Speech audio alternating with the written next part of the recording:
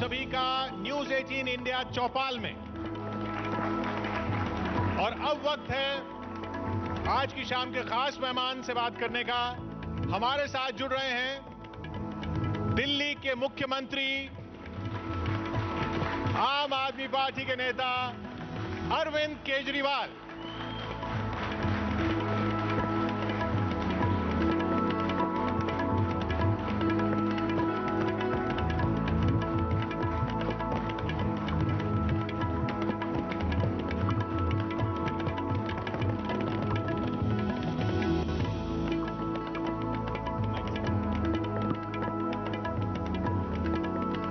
अरविंद जी, फिर स्वागत है आपका चौपाल में। शुक्रिया।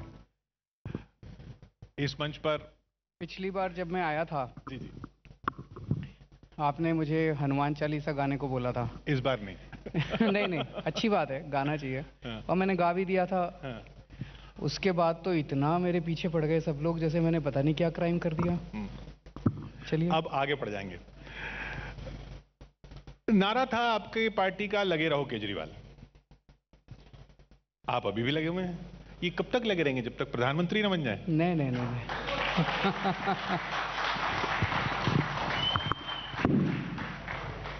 जीवन एक संघर्ष है और जब तक मौत नहीं आती तब तक हर आदमी अपने अपने संघर्ष में लगा हुआ है। अभी जो लगे रहने का मकसद क्या है इन चुनावों में, इन राज्यों में? क्योंकि 5 राज्यों में 4 में आप दावा ठोक रहे हैं। देखिए, देश हमारे लिए इम्पोर्टेंट है। हम लोग एक आंदोलन से निकले हुए हैं।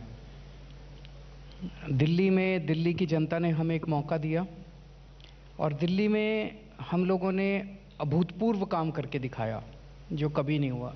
सरकारी स्कूल अच्छे हो गए, सरकारी अस्पताल अच्छे हो गए, बिजली मुफ्त हो गई, बिजली 24 घंटे, काफ़ी काम किए। अब अलग अलग राज्यों में जा रहे हैं, पूरे देश के अंदर अब लोग चाहते हैं ऐसा ही काम हो।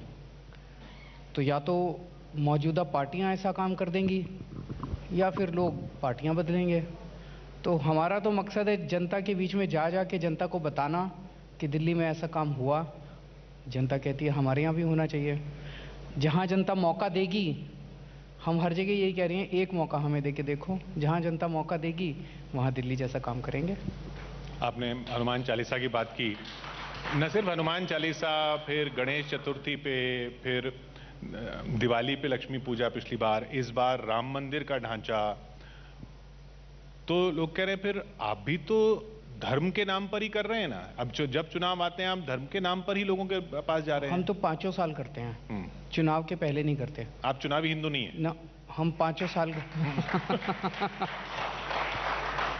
5 साल करते हैं। और एक बड़ी अच्छी हमारी अभी योजना है, आई है, अभी नहीं 3-4 साल से चल रही है, कोविड में थोड़ा रुक गया था। मुख्यमंत्री तीर्थ यात्रा योजना। उसमें हम लोगों को, बुजुर्गों को, दिल्ली के बुजुर्गों को तीर्थ यात्रा कराने ले जाते हैं। द्वारका जी, रामेश्वरम, शिरडी, पुरी, हरिद्वार, ऋषिकेश, मथुरा, वृंदावन, अजमेर शरीफ, इन सब जगहों पे ले जाते हैं तीर्थ यात्रा कराने के लिए।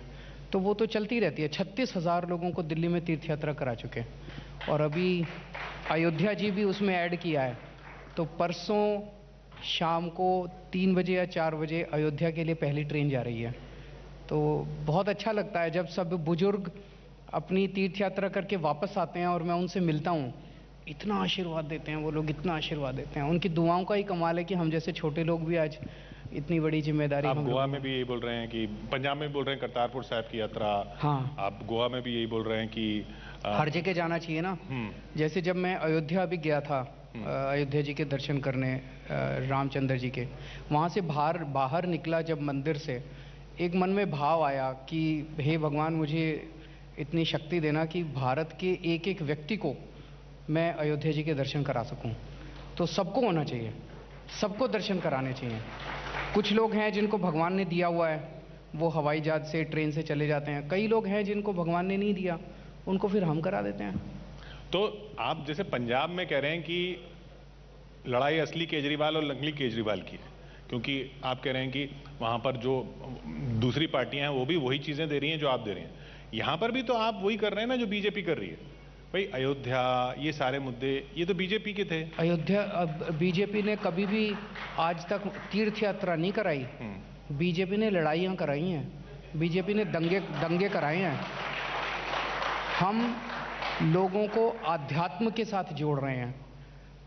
हम कभी नहीं कहते कि इस धर्म के लोग उस धर्म के साथ लड़ो। नहीं, बीजेपी भी कहती है ना, अच्छी बात है आप सब लोग राम की पूजा कर रहे हैं, अच्छी बात है आप सब लोग मंदिर मंदिर जा रहे हैं। तीर्थ यात्रा लेके जाओ, धर्म का काम करो, थोड़ा सा पुण्य का काम करो थोड़ा सा। हम कभी भी लोगों को धर्म के नाम पे लड़ाते नहीं हैं, हम कभी भी लिंचिंग नहीं कराते, हम कभी भी नफरत की राजनीति नहीं करते, हम प्यार और मोहब्बत की राजनीति करते हैं। जब आदमी भगवान के पास जाता है तो अपने आप को सरेंडर करता है, आदमी का अहंकार खत्म होता है, आदमी के अंदर अच्छी भावनाएं आती हैं, हम वो जगाते हैं लोगों की, हम लड़ाई झगड़े नहीं कराते। पर ये सरकारों को आपके नजरिए में धर्म के मुद्दों में क्यों जाना चाहिए? आध्यात्म है, एक आम आदमी की जिंदगी के जो भी मुद्दे हैं, आम आदमी पार्टी उन सारे मुद्दों को टच करती है। आपको बिजली चाहिए, हम बिजली देते हैं। आपको पानी चाहिए, हम पानी देते हैं। आपके बच्चों को शिक्षा चाहिए, हम अच्छे स्कूल बनवाते हैं आपके लिए। आपके बच्चों को अस्पताल चाहिए, परिवार को, हम वो करते हैं। आपकी आध्यात्मिक ज़रूरत भी है, हम वो भी पूरी करते हैं। क्योंकि ये बहस चली हुई ना, हिंदुत्व, कांग्रेस का कहना कि हिंदू धर्म अलग है, हिंदुत्व अलग है, बीजेपी का कहना हिंदुत्व और हिंदू धर्म एक ही है। आप किस तरफ खड़े हैं इसमें? मैं इनकी डेफिनेशंस को समझता नहीं हूँ, ये थोड़े ज़्यादा पढ़े लिखे लोग हैं। मेरे हिसाब से अच्छे काम करना, इंसान का इंसान से मोहब्बत करना और निस्वार्थ भाव से ये जीवन जीना, हमारे लिए यही हिंदुत्व है, यही हिंदू धर्म सिखाता है। रामायण के अंदर भगवान राम का जो संदेश है, भगवान राम का जो जीवन है, उससे जो सीख मिलती है, यही हिंदू धर्म है बस, और इससे परे कुछ नहीं है। तो हिंदुत्व का राजनीति में होना भी, उससे भी आपको कोई परहेज नहीं है? मतलब मुझे नहीं पता, लेकिन ये जो जिस किस्म की ये राजनीति करते हैं, लड़ाते हैं एक दूसरे से, इसको उससे लड़ाते हैं, हिंदुत्व की बात करें कि ये विचारधारा पता नहीं क्या बात करते हैं वो, मैं उनकी डेफिनेशंस में नहीं जा रहा, लेकिन अंत पंत में जो कुछ वो करते हैं वो देश के लिए अच्छा नहीं है, वो देश को बांटता है। मतलब वो करें तो देश के लिए अच्छा नहीं है। मैंने कब लोगों को लड़ाया? मैं तो कभी लोगों को, आप अगर मंदिर जाएं, आप अगर वो भी जाएं, मैंने कभी उनको रोका नहीं। लड़ाएं ना देश, लोगों को नफरत ना करवाएं एक दूसरे से। 130 करोड़ लोग जब एकजुट होके काम करेंगे ना, देश को, भारत को दुनिया में कोई नहीं रोक सकता महाशक्ति होने से, बड़ी शक्ति होने से। लेकिन अगर हम आपस में ही लड़ेंगे, हिंदू मुसलमान से लड़ रहा है, मुसलमान क्रिश्चियन से लड़ रहा है, क्रिश्चियन सिख से लड़ रहा है, ये अच्छी चीज़ नहीं है, ये हिंदुत्व नहीं है, ये गलत है। चलिए, अब चुनावों की बात है तो विपक्ष, बीजेपी का विपक्ष, आप प्रभावित होते थे ममता जी से, अभी भी प्रभावित हैं, वो आपके खिलाफ लड़ रही हैं गोवा में। ममता जी मेरी दीदी हैं, मेरी बड़ी बहन है, वो चाहे मेरे खिलाफ चुनाव लड़ें, चाहे मुझे 2 थप्पड़ मारें, मैं उनकी इज्जत करता हूं, इनकी इज्जत करता रहूंगा। वो विपक्ष को लीड करेंगी? बड़ी अच्छी बात है, करें। आप सहमत हैं इससे कि वो लीड करें? जो मर्जी करे, देश का भला होना चाहिए, देश इंपॉर्टेंट है। जो मर्जी लीड करे, ये लीड करे, वो लीड करे, अंत पंत में देश का भला होना चाहिए। अभी तो मोदी जी लीड कर रहे हैं देश को, तो देश के लोगों ने तय किया।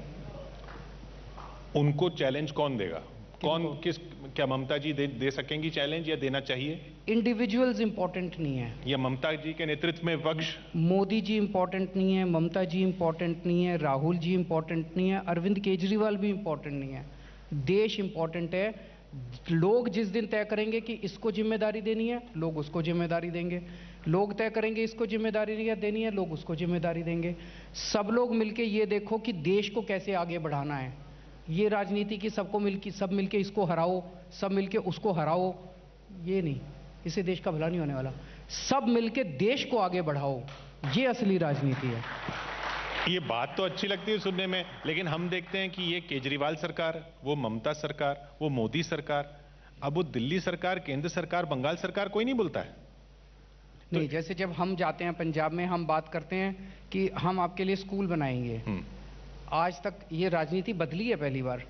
आज तक 70 साल में एक पार्टी बता दो, एक पार्टी 70 साल में जिसने इस बात के लिए वोट मांगे हो कि हमें वोट दे दो, हम तुम्हारे बच्चों के लिए स्कूल बनाएंगे। बताओ किस पार्टी ने मांगे? आज तक 70 साल में किसी पार्टी ने इस बात पे वोट मांगे हो कि हमें वोट दे दो, हम तुम्हारे लिए अस्पताल बनाएंगे? पहली बार हमारी पार्टी जाके जिस भी राज्य में जा रही है, हम स्कूल पे वोट मांग रहे हैं, हम अस्पताल पे वोट मांग रहे हैं, और दूसरी पार्टियों को तकलीफ हो रही है।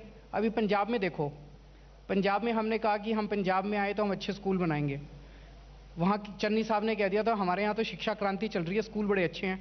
आज मनीष जी एक स्कूल में चले गए, वहाँ बुरा हाल, स्कूल में ना टीचर ना क्लासरूम ना कुछ नहीं था। वो कहते हैं आपके भी कुछ सैंपल स्कूल हैं जिनमें आपने पैसा लगाया हुआ है, आप भेज दो कल अपनी टीम, कैमरा टीम आप भेज। तो आज सुबह मनीष जी चले गए एक स्कूल में, तो पंजाब सरकार ने ऑर्डर जारी कर दिए कि मनीष सिसोदिया को किसी स्कूल में नहीं घुसने देना। ये क्या बात हुई? अरे स्कूल अच्छे करने हैं यार, अच्छे करेंगे ना, मिलके करेंगे सारे जने स्कूल अच्छे। पंजाब की आप बात कर रहे हैं तो वहां पे सबसे बड़ा सवाल ये कि आम आदमी पार्टी का चेहरा कौन सा होगा। आप कह रहे हैं व्यक्ति इंपॉर्टेंट नहीं है, लेकिन नवजोत सिंह सिद्धू की आप तारीफ कर देते हैं, वो कभी मना कर देते हैं, फिर वो कुछ ऐसा देख लगता है कि फिर आपकी तरफ आ रहे हैं तो आप उनके खिलाफ बोलना शुरू कर देते हैं। ये क्या गेम क्या चल रहा है? क्वेश्चन क्या है आपका? आपके साथ आ रहे हैं, वो आपके साथ आ रहे हैं? नहीं आ रहे, नहीं आएंगे। अब फाइनल है? फाइनल है। वो कह रहे हैं कि आप लॉलीपॉप देते हैं पब्लिक को, आप उनको सीएम का लॉलीपॉप देंगे? वो आ ही नहीं रहे। मैंने कहा वो खुश है वहां पे कांग्रेस में। अब फाइनल बात हो गई। हाँ। लेकिन कब तक चलती रही है बात पिछले कुछ दिन? अब अंदर की बातें आपको थोड़ी बताएंगे टीवी प्रोग्राम में। फिर भी अगर सरकार आपकी बनती है तो आप तो नहीं रहेंगे पंजाब में? बिल्कुल नहीं। आप कह रहे हैं असली केजरीवाल नकली केजरीवाल की लड़ाई, लेकिन असली केजरीवाल तो पंजाब जाने वाला नहीं है, तो वहां कौन होगा? वहां पे कुछ दिन के अंदर हम घोषणा करेंगे, चुनाव के थोड़ा करीब आने पे सीएम कैंडिडेट की घोषणा करेंगे। भगवंत मान के समर्थक नाराज हो जाते हैं कि आप उनका नाम नहीं लेते हैं। जो भी है अभी नहीं, चुनाव आने के क्लोज आने के बाद करेंगे। होगा पंजाब से ही? होगा पंजाब से। पंजाब का ही रहने वाला होगा? कितनी उम्र होगी, कितनी हाइट होगी, सारा अभी पूछेंगे ये, और फिर प्रोग्राम चलाएंगे कि ये हो सकता है कि ये हो सकता है कि ये हो सकता नहीं, है। मतलब ये पेच फंसा तो हुआ है ना? अच्छा होगा, ईमानदार होगा, डेडिकेटेड होगा, देशभक्त होगा, स्कूल अच्छे बनाएगा, अस्पताल अच्छे बनाएगा, बिजली अच्छी देगा, खेती अच्छी करेगा, रोजगार देगा। खेती से बात आई पंजाब की, पराली जलाने को अपराध की श्रेणी से हटा दिया गया, सही किया? देखिए, इसको अपराध करके और आप किसानों मतलब डीक्रिमिनलाइज किया गया ना? किसानों को पकड़ना चालू करें, किसानों को जेल डालना चालू करें, एफआईआर दर्ज करनी चालू करें, ये तो अच्छी बात नहीं है। हमने, दिल्ली सरकार ने एक दूसरे के ऊपर उंगली उठाने के बजाय समाधान निकाला। हमने एक बायोडिकम्पोजर पूसा इंस्टीट्यूट के साथ मिलकर बनाया। उसको अगर आप छिड़काव कर दो तो जो पराली है वो खाद बन जाती है, गल जाती है, खाद बन जाती है। दिल्ली सरकार ने दिल्ली के किसानों के सारे खेतों में फ्री में छिड़काव करा दिया और किसान खुश हैं। पंजाब की सरकार क्यों नहीं करा सकती? हरियाणा सरकार क्यों नहीं करा सकती? दोष किसान का नहीं है। एफआईआर करनी है तो पंजाब सरकार पे एफआईआर करो ना, किसान पे एफआईआर क्यों कर रहे हो? अगर एफआईआर करनी है हरियाणा सरकार के ऊपर एफआईआर करो, किसान के ऊपर एफआईआर क्यों कर रहे हो? क्रिमिनलाइज करना है तो पंजाब सरकार क्रिमिनल है, हरियाणा सरकार क्रिमिनल है, उनका दोष है, किसान का दोष नहीं है। आपने जिस डीकंपोजर की बात की उस पर इल्जाम लगा कि वो तो लगाया आपने उसमें लाखों और उसका प्रचार कर दिया करोड़ों में, तो प्रचार होना चाहिए। प्रचार इतनी अच्छी चीज है, हमने इतना प्रचार किया फिर भी नहीं करते ये लोग। हमने प्रचार इन्हीं के लिए किया था कि थोड़ा टीवी में ऐड देख लेंगे तो पंजाब सरकार भी कर लेगी। वो टीवी में ऐड देख के भी नहीं करते, उनकी नीयत फिर भी नहीं पलटती। आपकी सरकार अगर आएगी पंजाब में तो दिल्ली वालों को साफ हवा मिलेगी? बिल्कुल मिलेगी। मैं समझता हूं कि इसके ऊपर अब मजाक की बात अलग है, लेकिन इस पर राजनीति नहीं होनी चाहिए। अब समाधान है, सारी सरकार को मिल के काम करना चाहिए। मैं आपको एक पराली से कोयला बनता है, पता है आपको? पराली से सीएनजी बनती है, करनाल में एक प्लांट है। पराली से गत्ता बनता है, पराली से बिजली बनती है।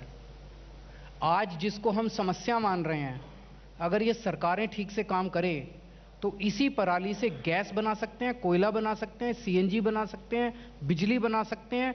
देश का फायदा होगा और पता नहीं कितने लाख बच्चों को नौकरी मिलेगी।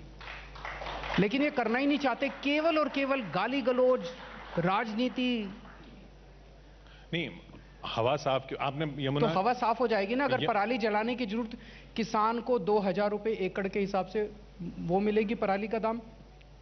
सरकार अगर एक प्लान बना ले और जैसे ही पराली आती है 10 या 15 दिन का वो होता है टाइम पीरियड, उसके अंदर सारी पराली एकदम से कटवा के पूरे पंजाब की, हरियाणा की, यूपी की, और उसको स्टोर कर ले कहीं पे। उसके बाद उस पराली को आप दे दीजिए, एनटीपीसी को दे दो, किसी कंपनी को दे दो, वो कोयला बना लेंगे, बिजली बना लेंगे, उससे बड़ी बड़ी कंपनियां लग सकती हैं, उससे इतने लाख बच्चों को नौकरी मिल सकती है। जिस पराली को लेके आज हम लोग इतने ज्यादा परेशान हैं, वो पराली सोने का रूप धारण कर सकती है अगर पॉलिटिकल विल हो तो, अगर हमें राजनीति नहीं करनी हो तो। आपने कहा ये 10-15 दिन की विंडो होती है ना, वही सारी जड़, समस्या की जड़ वही है कि 10-15 दिन की विंडो होती है, वो जला देते हैं कि पर उसमें कर सकते हैं ना हम लोग, क्यों नहीं कर सकते? दिल्ली में हमने किया डिकम्पोजर, दिल्ली में कोई बहुत कम वो है, नहीं तो हम दिल्ली के अंदर इस सारी पराली को काट के सरकार स्टोर करके कोयला वोयला बनाने के फैक्ट्री लगा सकते थे। लेकिन दिल्ली में इतनी कम पराली होती है कि वो वायबल नहीं है। नहीं, तो ये विंडो इसलिए है छोटी क्योंकि किसान उसी चक्कर में फंसा हुआ है, धान गेहूं, धान गेहूं, धान गेहूं, और वो इसलिए क्योंकि एमएसपी है। उसी धान गेहूं के साइकिल की वजह से ग्राउंड वाटर भी पंजाब में कम हो रहा है। क्या आप डाइवर्सिफाई करने की जरूरत है। तो क्या आपकी पंजाब में सरकार इस बात पे जोर देगी कि धान गेहूं के चक्कर से किसान निकले? इसका समाधान ये है कि अभी एमएसपी कागजों में तो 23 की 23 फसलों पे इशू नोटिफिकेशन जारी किया जाता है, लेकिन सरकार जो है केवल 2 फसलें उठाती है। एमएसपी का मतलब क्या है, एक आम लोगों के लिए मैं समझा दूं कि सरकार कहती है कि मार्केट में ये फसल इस दाम से कम पे नहीं बिकेगी, अगर इस दाम से कम पे बिके तो सरकार उठा लेगी। तो सरकार जो उठाती है वो केवल गेहूं और धान उठाती है, बाकी फसलें नहीं उठाती। कागजों में उतनी मक्की उतनी रह जाती है, लेकिन मार्केट में बिकती उससे कम है। अगर सरकार ये कह दे कि हम 23 की 23 फसलें एमएसपी पे उठाएंगे, अगर आपकी नहीं बिकती तो आप देखो सारे किसान डाइवर्सिफाई कर लेंगे। सरकार 2 फसलें उठाती है एमएसपी पे, इसलिए डाइवर्सिफिकेशन नहीं हो रहा। उसका तर्क वो देते ना कि भाई इतने सारे इकोनॉमिस्ट ने भी बताया कि एमएसपी अगर सारे को देने लग गए तो इतना तो खजाना नहीं है अभी सरकार के है। मैंने अमित शाह जी का स्टेटमेंट सुना था, 18 लाख करोड़ रुपए चाहिए इसके लिए, पूरे देश में 23 फसलों पे एमएसपी देने के लिए। तो मान लीजिए कि 18 लाख करोड़ का एक पूल बनाया जाता है, कहीं से कॉर्पस बनाया जाता है। इस बार फसल होगी, 18 लाख करोड़ रुपए देके सरकार ने वो फसल खरीद ली, सरकार के गोडाउन्स में आ गई। उसके बाद सरकार वो फसल बेचेगी, बेचने से वो 18 लाख करोड़ रुपए वापस आएगा। तो किसी साल में 18 लाख करोड़ से थोड़ा कम आएगा, किसी साल में थोड़ा सा ज्यादा आएगा। ओवर अ 10 ईयर पीरियड ये बराबर हो जाएगा। नो प्रॉफिट नो लॉस के ऊपर ये बराबर हो जाएगा। तो सरकार को ना प्रॉफिट होना ना लॉस होना। 18 लाख करोड़ रुपए का एक कॉर्पस चाहिए। कॉर्पस आप बैंक से भी ले सकते हो, लोन भी ले सकते हो। नीयत चाहिए, नीयत नहीं है। किसानों की बात चल रही है, मोदी जी ने बिल भी वापस ले लिए, सब कुछ हो गया। अब दिल्ली की जनता ये पूछ रही है कि भाई हमारे लिए सड़कें कब खाली होंगी? आप किसानों से अपील क्यों नहीं करते कि अब चले जाएं? आप तो मांगे मान ली। मेरे ख्याल से उनकी चल रही है, कुछ मुद्दों के ऊपर सरकार से बातचीत तभी चल रही है। उनके कुछ पर उनको हट जाना चाहिए जब मांगे मान ली गई तो। कुछ मुद्दे बचे हैं उनके कि एमएसपी के ऊपर वो कमेटी चाहते हैं, पुराने केसेस जितने हुए पहले तो एक ही मुद्दा था कि कानून वापस लो, वो तो हो गया। ये किसानों के और केंद्र सरकार के बीच की बात है। हम अपनी तरफ से किसानों के साथ हैं, जो निर्णय किसान लेंगे हम उस निर्णय का समर्थन करेंगे। पंजाब के चुनाव हैं इसलिए आप किसानों के साथ हैं, दिल्ली के लोग परेशान हो रहे हैं। जिंदगी भर मैं किसानों के साथ हूं, मुझे चुनावों से कोई लेना देना नहीं है। इस देश को किसान बनाता है। आज मैं भी यहाँ बैठा हूँ और आप भी यहाँ बैठे हैं, हम जीवित हैं क्योंकि किसान हमारे लिए फसल उगाता है। हम हमेशा किसानों के साथ हैं, जो निर्णय किसान लेंगे हम किसानों के साथ हैं। यूपी समाजवादी पार्टी से अलायंस करने वाले हैं आप?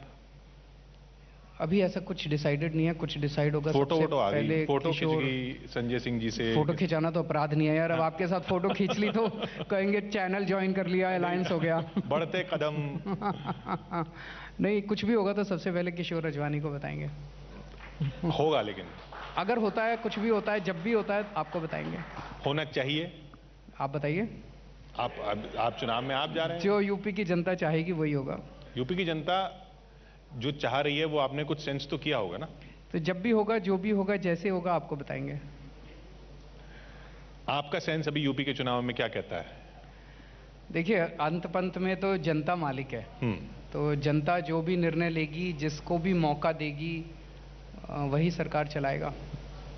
पर मुझे लगता है कि शायद मौजूदा सरकार जो है उत्तर प्रदेश में माहौल काफ़ी ज़्यादा उनके खिलाफ है। मतलब वो वापस नहीं आएंगे आपकी नज़र में? ऐसा लगता है। तो फिर उनकी जगह कौन आएंगे? दूसरे आएंगे, उनके विपक्षी अखिलेश यादव। तो अब जब आपको लग ही रहा है कि अखिलेश यादव आने वाले हैं, अखिलेश यादव के साथ आप जुड़ना चाहेंगे क्योंकि वो तो आने वाले हैं? आप करा दीजिए।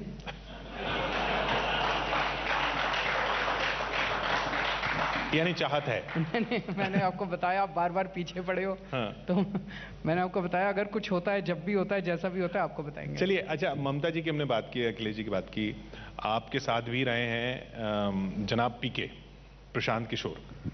ये बताइए कि प्रशांत किशोर अभी जो ममता जी के साथ हैं, कांग्रेस भी टूट रही है, कांग्रेस को तोड़ा जा रहा है, ये कुछ लोग कह रहे हैं कि भाई ये विपक्ष का फायदा हो रहा है या बीजेपी का फायदा हो रहा है? ये आपस में लड़ लें पहले तो, विपक्ष वाले। 2024 का सेमीफाइनल है, 2029 की लड़ाई चल रही है। क्वेश्चन क्या है? क्वेश्चन ये है कि 2024 में क्या मोदी जी को चुनौती मिलती दिख रही है आपको, या पहले अभी यहां ये तय होगा कि विपक्ष में से कौन चुनौती देगा? मैंने फिर से आपको कहा, इसको हराना, इसको जिताना, इस पार्टी को हराना, इस शख्स को जिताना, ये किसका चेहरा हो, ये मेरे लिए इंपॉर्टेंट नहीं है। देश को आगे बढ़ाने का प्लान क्या है अपने पास? जनता उम्मीद पे वोट देती है, जनता किसी को हराने और जिताने के लिए वोट नहीं देती। दिल्ली में जब हम पहला चुनाव लड़े थे, हमारे पास क्या था? हम तो कुछ भी नहीं थे। जनता ने देखा, यार ये 5-7 लड़के हैं, बड़े ईमानदार हैं, कट्टर देशभक्त हैं, जिद्दी हैं थोड़े, लेकिन एक बार इनको मौका मिलना चाहिए। अन्ना आंदोलन में इन लोगों ने बड़ा संघर्ष किया है, उस उम्मीद पे जनता ने वोट दिया। अगर 2024 के चुनाव में जो भी पार्टी देश के लोगों के सामने एक उम्मीद पैदा करेगी, वो जीतेगी। या पार्टियों का कोई समूह देश के सामने एक उम्मीद पैदा करेगा, वो समूह जीतेगा। कोई जाके कहेगा हम सारे इकट्ठे हो गए क्योंकि इसको हराना है। अरे हराने का काम या जिताने का काम जनता करती है, आप नहीं करते। जनतंत्र के अंदर जनता करती है। देश के लिए एक प्लान बनाओ, देश के लिए एक ढांचा तैयार करो कि हम आए तो हम ये करेंगे, हम आपके बच्चों को ये देंगे, हम आपके परिवार के लिए ये करेंगे, हम भारत को यहाँ ले जाएंगे। ऐसा कोई प्लान अगर कुछ पार्टियां मिलकर बनाती हैं, उम्मीद पैदा करती हैं लोगों पे, वो जीतेगा। तो आप जो कह रहे हैं कि दूसरे राज्यों में जाके ये वो बीजेपी की तरफ से आया कि ये गुजरात मॉडल है, ये देखिए ये सब जगह लगाएंगे। गुजरात मॉडल कोई नहीं है, बीजेपी मॉडल है। क्या है गुजरात मॉडल, आप ही बता दो जरा। गुजरात मॉडल के नाम पे इतने राज्यों में सरकार क्या है वो कि भाई इतना विकास होता है, इतनी तेजी से विकास क्या तेजी किया? से विकास होता जैसे है, वहाँ इन्वेस्टमेंट आता है, यही गुजरात मॉडल दिया जाता है ना। बता दो ना थोड़ा सा मेरे को। जैसे दिल्ली मॉडल, जब आप दिल्ली मॉडल कहते हो, आप कहते हो दिल्ली मॉडल, मैं बता देता हूँ क्या है। आप मेरे को गुजरात मॉडल बता दो। दिल्ली मॉडल है, स्कूल अच्छे कर दिए, शिक्षा सबको चाहिए, अस्पताल अच्छे कर दिए, मोहल्ला क्लिनिक खोल दिए, सबका इलाज फ्री है। क्रोसिन से लेके अगर 70 लाख रुपए का ऑपरेशन होगा वो भी फ्री है सारी जनता के लिए पूरे दिल्ली में। हमने बिजली मुफ्त कर दी, बिजली 24 घंटे कर दी, पानी मुफ्त कर दिया, पानी ठीक कर रहे हैं, यमुना साफ कर रहे हैं। ये दिल्ली मॉडल है। अब थोड़ा गुजरात मॉडल भी समझा दो। पर यमुना साफ हुई नहीं, हो जाएगी। मैंने 2025 तक का टाइम मांगा है। 2025 में वोट मत देना अगर साफ नहीं हो तो। तो अब आप गुजरात मॉडल समझाओ। गुजरात मॉडल के नाम पे भाई इन्वेस्टमेंट आता है और इन्वेस्टमेंट से तो वो गुजरात मॉडल नहीं था। गुजरात के लोग बहुत अच्छे हैं, गुजराती बहुत अच्छे हैं, ईमानदार हैं, मेहनती हैं। वो बीजेपी मॉडल था जो झूठा मॉडल था, अब बेनकाब हो गया है। ये बताइए, आप ये जो फ्री की बात कर रहे हैं, इस पे कई बार इल्जाम लगता है, जैसे अब यहाँ पे आपने पंजाब में कहा कि 1000 रुपए हम महिलाओं को दे देंगे। देने चाहिए ना। तो वो कह रहे हैं दिल्ली में क्यों नहीं दे रहे? देंगे। दिल्ली में जहां सरकार है वहां पहले दीजिए ना। क्यों पहले क्यों? कुछ काम पंजाब में भी पहले होने चाहिए। ऐसा क्या है? दिल्ली में भी देंगे, तैयारी कर रखी है। समय हम तय करेंगे। चुनाव? नहीं, जब जब हम तय करेंगे, हमारी मर्जी, पर दिल्ली में भी देंगे।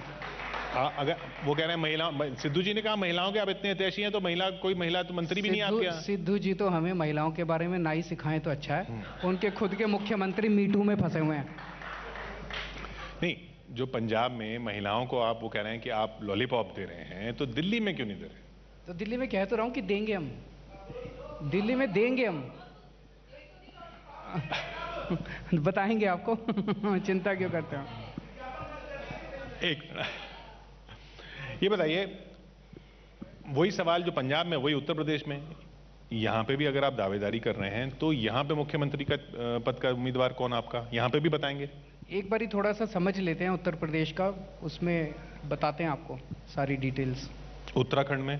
उत्तराखंड में तो हमने घोषित कर दिया, कर्नल अजय कोटियाल। और गोवा में? गोवा में थोड़े दिन में करेंगे। गोवा में कहते हैं सरकार तो चुनावों के बाद बनती है।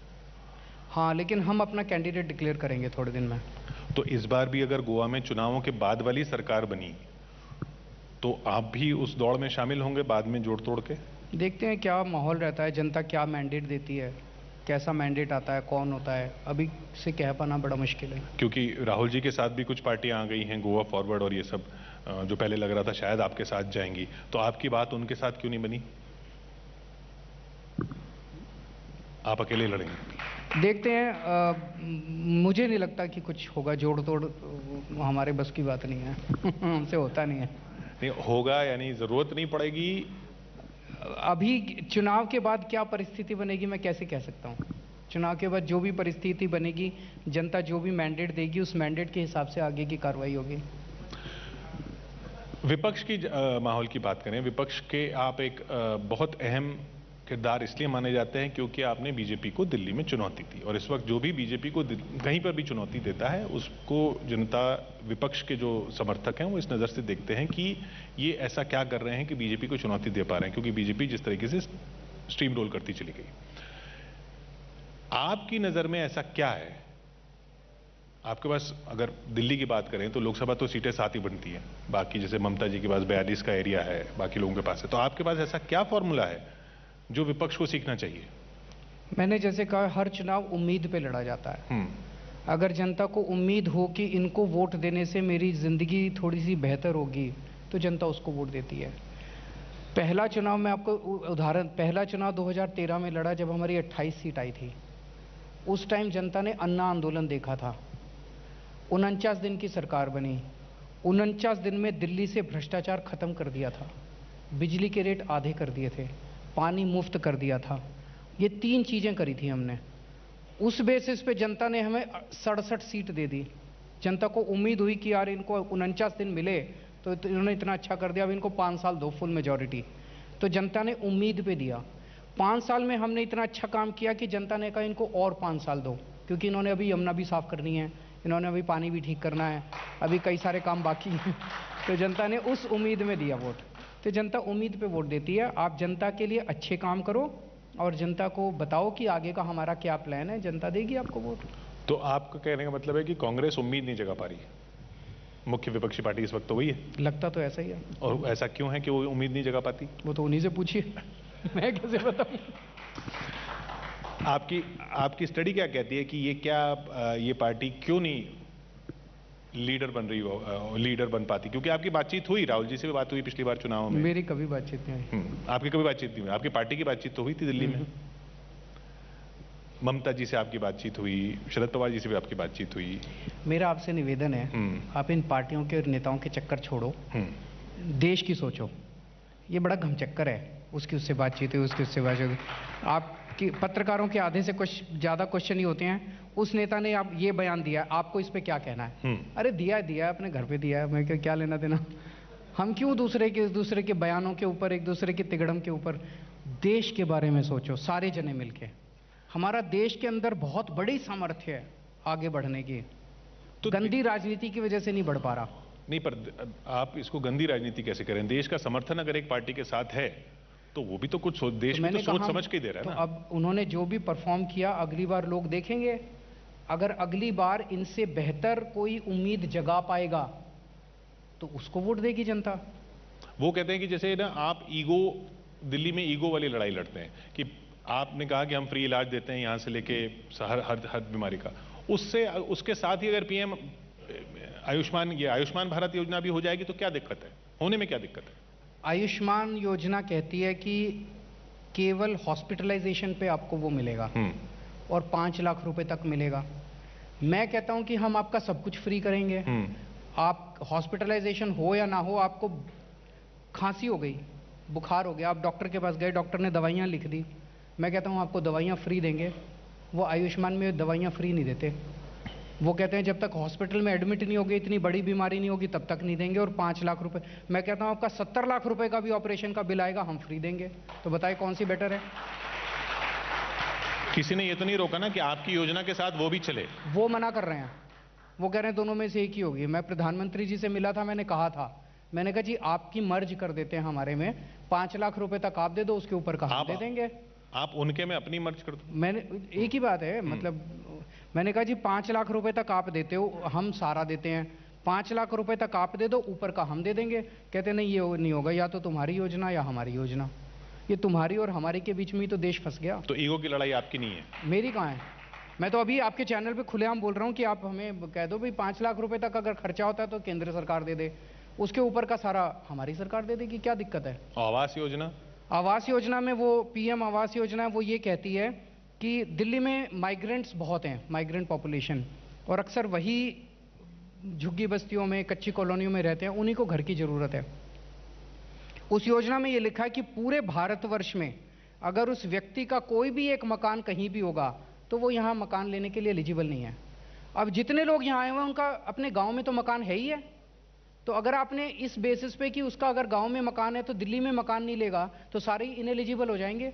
तो हमने कहा जी दिल्ली के माइग्रेंट्स के लिए आपको ये शर्त हटानी पड़ेगी, अगर उसका कोई गांव में कोई कच्चा पक्का मकान है तो दिल्ली के अंदर वो आवास के लिए एलिजिबल होना चाहिए।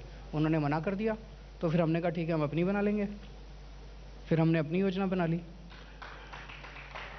ये बताइए कि जहां से मैंने शुरू किया था, मैं लौट के वहीं आ रहा हूं, क्या आप आम आदमी पार्टी की तरफ से, आम आदमी पार्टी की देश में सरकार बना के प्रधानमंत्री बनने का सपना देखते हैं या पाते हैं अपने आप को प्रधानमंत्री के रूप में 2024 में, 2029 में आगे? सर मैं बहुत छोटा हूं, मैं तो पता नहीं मुख्यमंत्री भी कैसे बन गया। जनता ने इतना प्यार दिया, विपक्ष वाले भी सोच रहे हैं कि कैसे बन गया आप। दिल्ली की जनता ने इतना प्यार, इतना मोहब्बत दिया कि उन्होंने ये जिम्मेदारी दी। सो मुख्यमंत्री की दौड़ में और बहुत सारे लोग हैं, प्रधानमंत्री की दौड़, प्रधानमंत्री की दौड़ में, उनको सबको मुबारक। आप उस दौड़ में हैं ही नहीं? मैं उस दौड़ में हूं ही नहीं, मैं बहुत छोटा आदमी हूं। मेरे लिए केवल और केवल मेरी जिंदगी का एक ही लक्ष्य है, मुझे ये लगता है कि हमारे देश में पोटेंशियल बहुत ज्यादा है, इनफाइनाइट पोटेंशियल है, लोग बहुत अच्छे हैं। अभी ये ट्विटर का सीईओ भी इंडियन बना है, कोई सीईओ उठा के देख लो अमेरिका में सारे इंडियन है।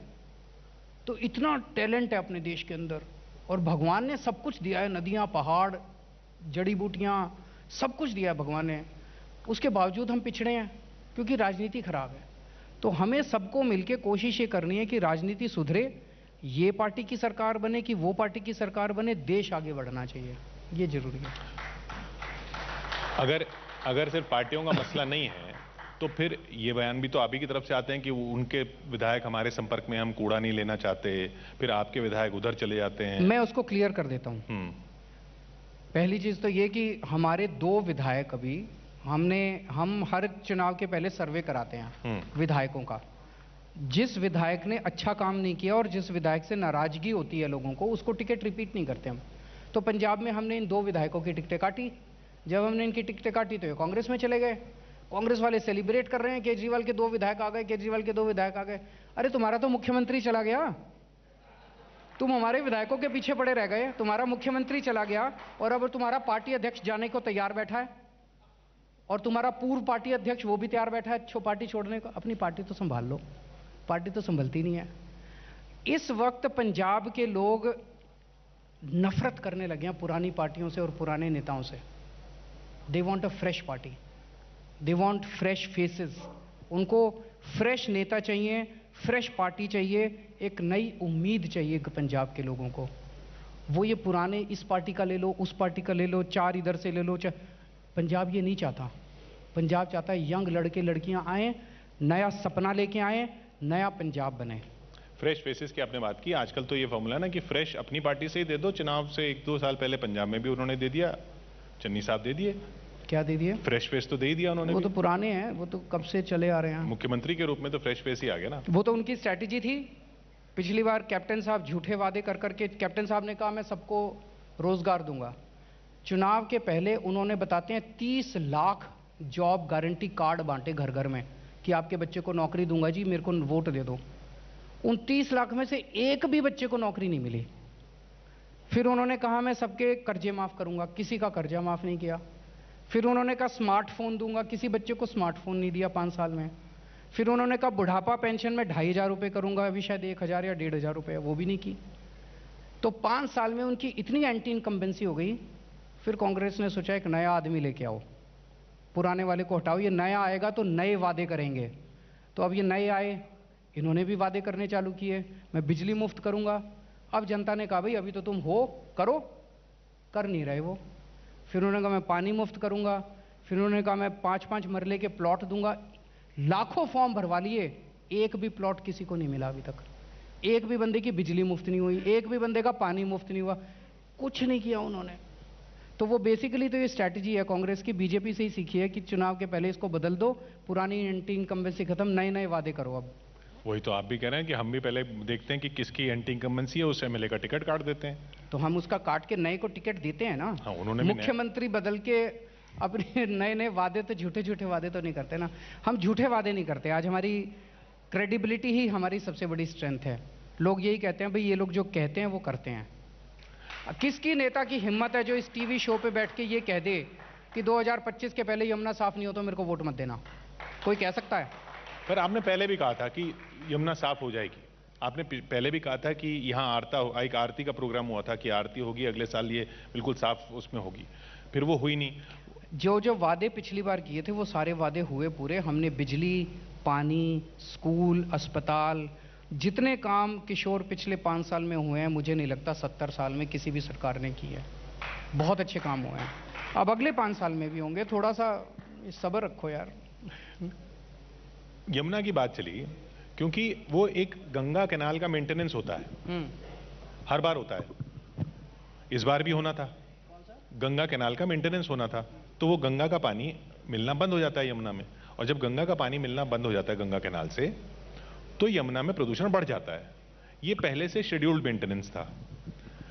ये मेंटेनेंस के बारे में आपको दूसरी राज्य सरकारों से तालमेल करके नहीं करना चाहिए था कि जब छठ आए या तब आए तब ऐसी स्थिति तो ना हो? नहीं, पर पोल्यूशन तो यमुना का पोल्यूशन 2-3 तरह से है। मैं समझा देता हूँ थोड़ा सा। एक है कि दिल्ली का सीवर काफी सारा यमुना में जाता है जी। दिल्ली का इंडस्ट्रियल वेस्ट काफी सारा यमुना में जाता है।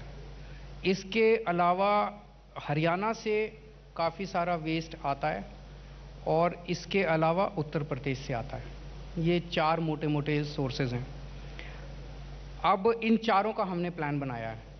ये उम्मीद करना कि हरियाणा को हम कोसते रहें, यूपी को कोसते रहें, तुम नहीं क्यों भेज रहे हो, वो चलेगा नहीं। अब हमने तय किया कि हरियाणा के बाउंड्री के ऊपर जो उनका वेस्ट आता है उसका हम एक ट्रीटमेंट के लिए प्लांट लगा देते हैं, ताकि जब उनका वेस्ट आए तो वो साफ होकर दिल्ली में एंटर करे। यूपी का जो है उसमें प्लांट लगा देते हैं, उसका यूपी में साफ होकर दिल्ली में एंटर करे। दिल्ली का टोटल वेस्ट जो है, सीवेज जो है, वो 700 के करीब 700 MGD है। दिल्ली में भी 600 की कैपेसिटी है। इसको हम 1000 तक ले जा रहे हैं। 1000 MGD के प्लांट लगा रहे हैं, तो ओवर कैपेसिटी क्रिएट कर रहे हैं भविष्य के लिए।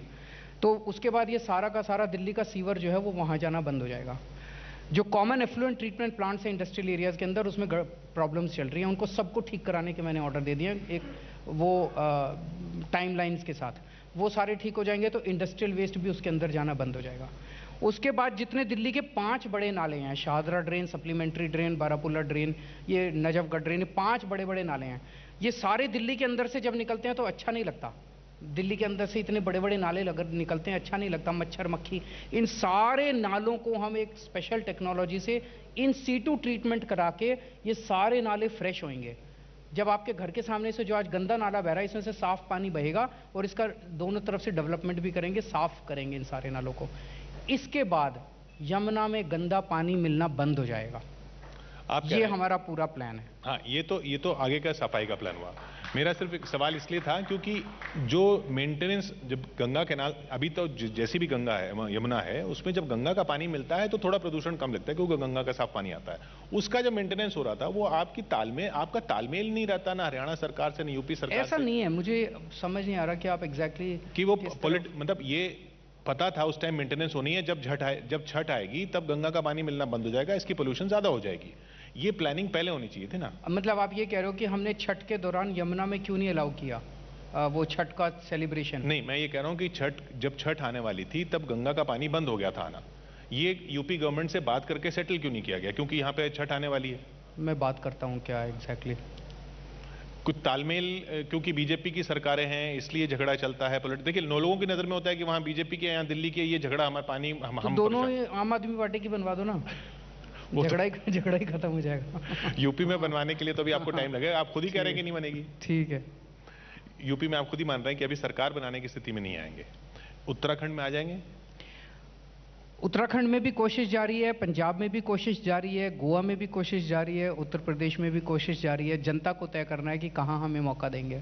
लेकिन आपको कहीं लग रहा है कि आप सरकार बनाने की स्थिति में होंगे? क्योंकि जनता तय करेगी, जनता के उस पर छोड़ दीजिए। नहीं, पहले let the people decide. Delhi में तो आप सीटें तक बता देते थे। नहीं, जनता को डिसाइड करने दीजिए। और जनता का मूड अभी आपने भांपा नहीं है या भांप लिया इसलिए ऐसा कह रहे हैं? जनता को तय करने दीजिए। केजरीवाल जी, ये नई राजनीति पुरानी राजनीति से क्यों लगने लगी है अब आप फिर वही कि जनता को डिसाइड करने दीजिए? और आपको जनता पे विश्वास क्यों नहीं है? आप इसको पुरानी राजनीति, नई राजनीति, democracy is by the people, for the people, of the people, not by the politicians, of the politicians, for the, not by the parties, of the parties. Unfortunately हमारी सब पॉलिटिकल डिस्कोर्स में हम केवल नेताओं और पार्टियों की बात करते हैं, जनता की बात ही नहीं करते। जबकि जनता सुप्रीम होती है और जनता बड़े बड़े नेताओं को मजा चखा चुकी है, बड़ी बड़ी पार्टियों को मजा चखा चुकी है। जनता पे भरोसा कीजिए, आपकी राजनीति सक्सेसफुल हो जाएगी। इसी नोट पर बहुत बहुत शुक्रिया आपका केजरीवाल जी हमारे साथ जुड़ने के लिए। अरविंद केजरीवाल, मुख्यमंत्री दिल्ली, न्यूज़ 18 इंडिया चौपाल में।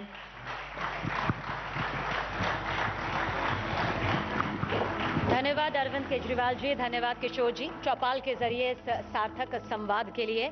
और मैं मंच पर बुलाना चाहूंगी न्यूज़ 18 इंडिया की तरफ से भेंट देने के लिए मिस्टर अविनाश कौल को, group CEO TV 18 and MD AETN। Sir, मैं चाहूंगी कि आप न्यूज़ 18 इंडिया की तरफ से CM अरविंद केजरीवाल जी को भेंट दें। तो देश की मजबूत नींव के लिए संवाद का होना जरूरी है, क्योंकि संवाद से ही सोच सामने आती है और सोच की उड़ान देश को तरक्की देती है।